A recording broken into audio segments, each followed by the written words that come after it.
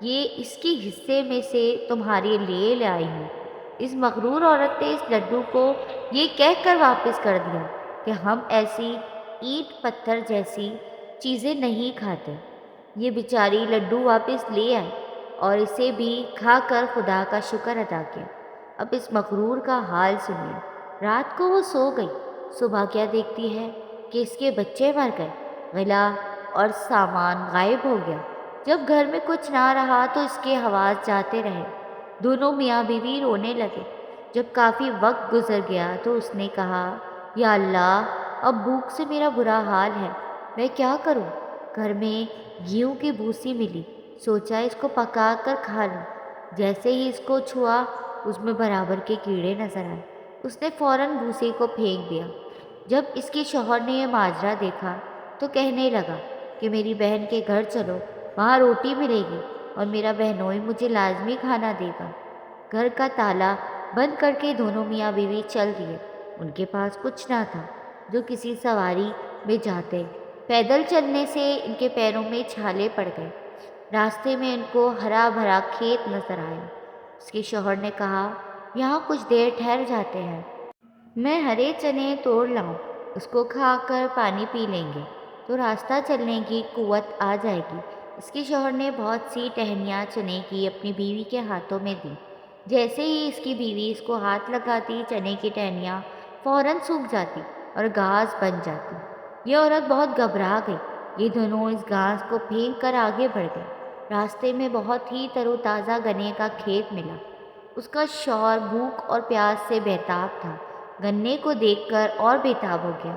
اس نے بہت سے گنے کھیت سے توڑے اور بیوی کو لا کر دیے اور کہا، اب تم مجھ سے چلا بھی نہیں جاتا، گنا کھا لوں تاکہ ہمیں قوت آ جائے۔ جوں ہی اس عورت نے گنوں کو چھوا، فوراً سانپ بن گئے۔ یہ دونوں ان چیزوں کو پھینک کر بھاگ گئے۔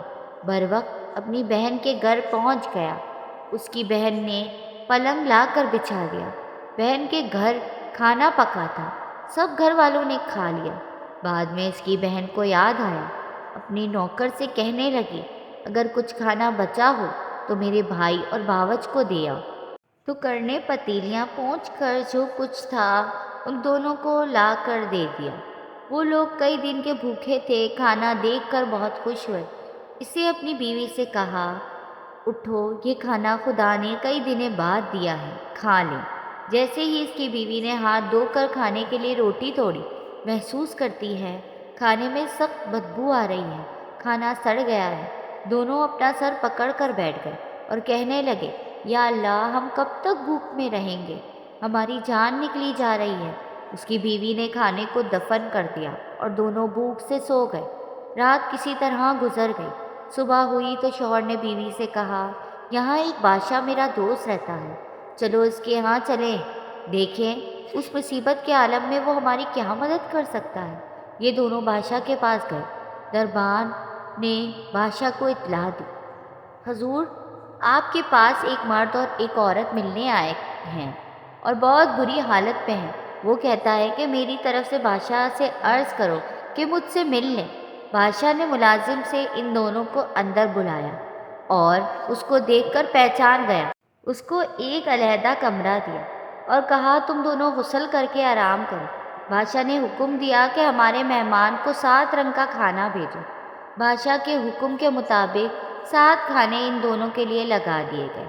اس کا شوہر بہت خوش ہوا، بیوی سے بولا، جلدی اٹھو، اللہ نے ہم کو نعمت بھیج دی ہے۔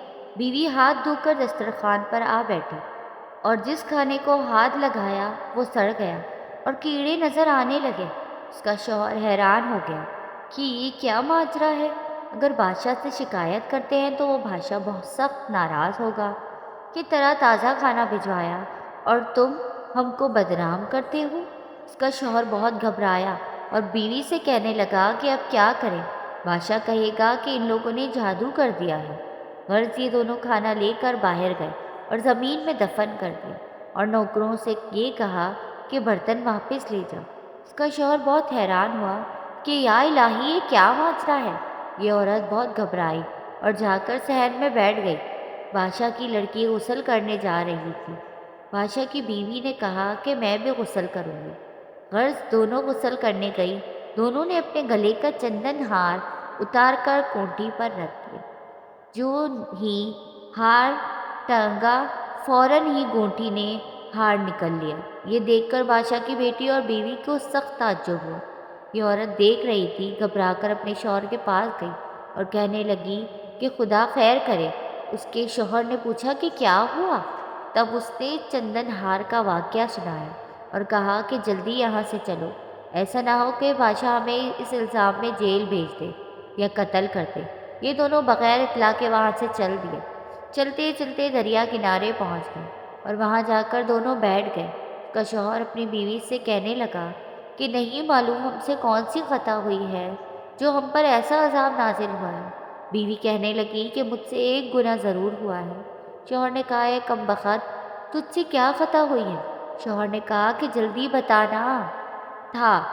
بیوی کہنے لگی جب تمہارا بھائی پردیس گیا تھا اور اس کا کہیں پتہ نہ تھا، تب تمہاری بھاوش بہت پریشان رہا کرتی تھی۔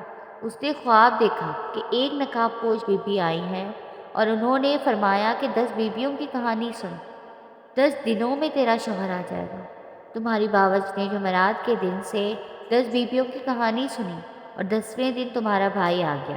تمہاری باورچ نے غسل کیا، گھی اور چنے کی روٹیاں پکائیں، اس کا ملیدہ تیار کر کے 10 لڈو بنائے اور 10 بیویوں کی نظر دلوائی اور ایک لڈو میرے حصے کا لے کر آئی۔ میں نے وہ لڈو لینے سے انکار کر دیا۔ مجھ سے بس یہ گناہ سرزد ہوا ہے اور اسی وقت سے ہم پر یہ مصیبت نازل ہونا شروع ہوئی۔ شوہر نے کہا کہ کم بخت تو نے ایسا تکبر کا کلمات کہے، جلد تو وضو کر اور معافی مانگ تاکہ ہمیں اس بلا سے نجات ملے۔ وہ عورت اسی نہر پر غسل کرنے لگی اور وضو کیا اور نماز پڑھ کر رو رو کر دعائیں کی کہ اے بنت محمد صلی اللہ علیہ وسلم کی اس مصیبت کے عالم میں میری مدد کیجیے۔ شوہر کہنے لگا ہمارے پاس کچھ نہیں ہے، ہم کس پہ نظر دلوائیں؟ یہ کہہ کر وہ رونے لگا اور اس نے نہر سے ریت نکال کر 10 لڈو بنائے، اس پر 10 بیویوں کی نظر دی۔ یہ عاجز جناب سیدہ جناب زینب اور کلثوم وہ لڈو موتی چور کے ہو گئے۔ یہ دیکھ کر دونوں زن اور شوہر درود پاک پڑھنے لگے۔ 5 لڈو شوہر نے کھائے اور 5 اس عورت نے کھا کر پانی پیا اور شکر خدا کا ادا کیا۔ شوہر نے کہا آپ جلدی چلو، ہماری خطا معاف ہو گئی ہے۔ اب وہ گھر جا کر دیکھتے ہیں کہ ان کا مکان اصلی حالت میں ہے، بچے زندہ ہو گئے ہیں اور نوکر گھر کے کام میں مصروف ہے۔ گلا وغیرہ جس طرح بھرا تھا ویسے ہی بھرا ہے، بچے تلاوت قرآن کر رہے ہیں۔ ماں باپ کو دیکھ کر بہت خوش ہوئے۔ ماں باپ نے اپنے بچوں کو زندہ دیکھا تو بہت خوش ہوئے اور دونوں درود کے نعرے بلند کرتے رہے۔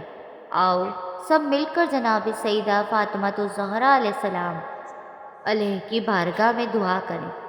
جس طرح آپ نے اس عورت کی خطا کو معاف کر دیا، اس طرح تمام مومنوں و مومنات کی خطائیں معاف ہوں اور انہیں اپنی حفظ و امان، اور جن کے پاس اولاد نہیں ان کو اولاد دے، اور جو پریشان ہیں مصیبتوں میں مبتلا ہیں اللہ پاک ان کو مشکل سے نکالیں۔ جن بہنوں اور بھائیوں کو ابھی تک شادی نہیں ہوئی اللہ پاک ان کے لیے نیک سبب پیدا کرے۔ تمام بہن بھائیوں کو اللہ پاک ان کے نیک مقصد میں کامیابی عطا فرمائے۔ آمین ثم آمین۔ آپ کو میری ویڈیو پسند آئی ہو تو لائک، کمنٹ اور شیئر کریں اور میرے چینل اسفا یوسف کو سبسکرائب کریں۔